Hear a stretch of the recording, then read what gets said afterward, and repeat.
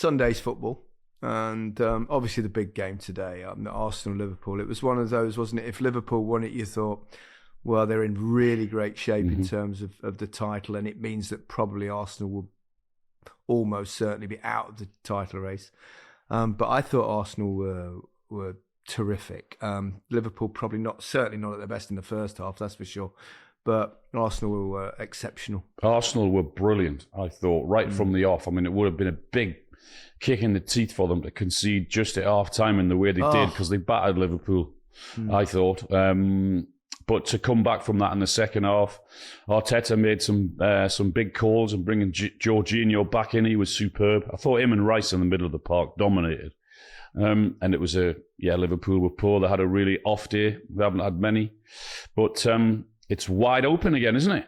I bet it put a smile on your face, Mike, because we know that deep down, even though you're a Man City ambassador, I'm neutral when it comes to the punditry. I'm neutral, guys. None of us are neutral. We've all got our favourite teams, and that's fine. I mean, I've never bought into this thing. I can't hate a football team. I always find that, I know fans do, that tribal thing about football.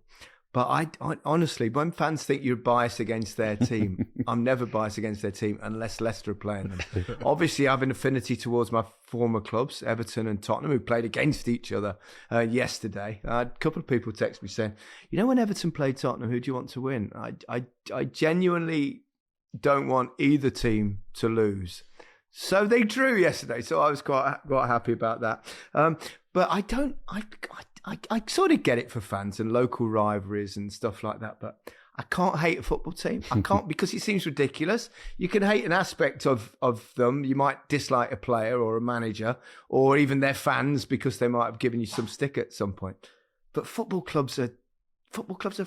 Who's got the most arrogant fans, though? I mean, United, when I was growing up, they was painful. But that's because you're Man City probably as well. And I was born in Leeds, so they had the Leeds. So tell United, the world who you support. Tell the world you support Arsenal then, Micah. Don't be afraid of it. I'm neutral. I've already told you, Alan. Bullshit. Yeah, right. I just love the game. That's all I love. But were you pleased that Arsenal beat Liverpool today? Football was the winner. He's got that fucking creosote look on his arse. But honestly, how good. I know Jorginho got player of the match, but Odegaard today. I thought Odegaard was tremendous. Jorginho was class because I think it was his first start since November, so we get it, come in and have that sort of impact was brilliant. But Odegaard, he's passing, he's waiting, passing. Like how composed he is on the ball. He's just outstanding. He's back to his best. He had a little bit of a dip. He was excellent last season, had a little bit of a dip, and he had his injury this season. But yeah, today he was outstanding. He really dominated them in midfield, didn't they? They really did.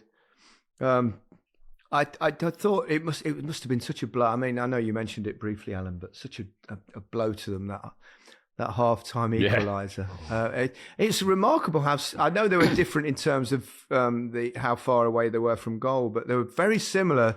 The Liverpool equaliser and then the Arsenal goal to go 2-1 up, weren't they? Yeah. Kind of one defender kind of cozying it up, hoping the goalkeeper will come, or the goalkeeper shouts, and real mix-ups, weren't they? You know what? Because I've been in that position there, and I would say with the Saliba sort of shepherding the ball or protecting the ball for the goalkeeper, he did the right thing. Maybe Raya reacts a little bit too late, but these keepers who rush out when you're already got the situation under control, I used to absolutely hate that. So I think Raya did perfectly well, but then he just reacted a little bit too late. Once Saliba had control, he should have just come and picked the ball up, and then his mate gets the own goal.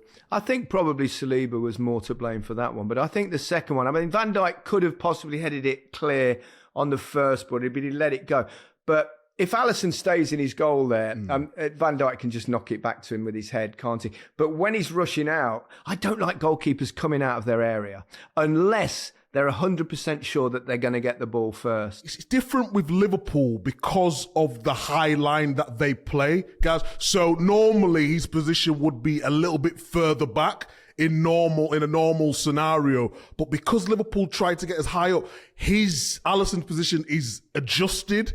I think he just made a bad decision. I think Van Dijk probably should have just headed that away. I agree with you on that one, yeah. Yeah, it was mistakes all around, wasn't it? I mean, Van Dijk should have headed it anyway. Should never let it bounce. Once he has let it bounce, then the keeper's sort of made his mind up. Once he comes out, he's got to collect the ball. He's made his decision to come and get it, and he hasn't got it. So yeah, mistakes from both of them. Yeah, good result for the title race. It could, keeps Arsenal very much in it. Liverpool were obviously going to in it come what may. Manchester City too. We could have our first probably 3-pronged title race since 16, 17 when Chelsea eventually won it.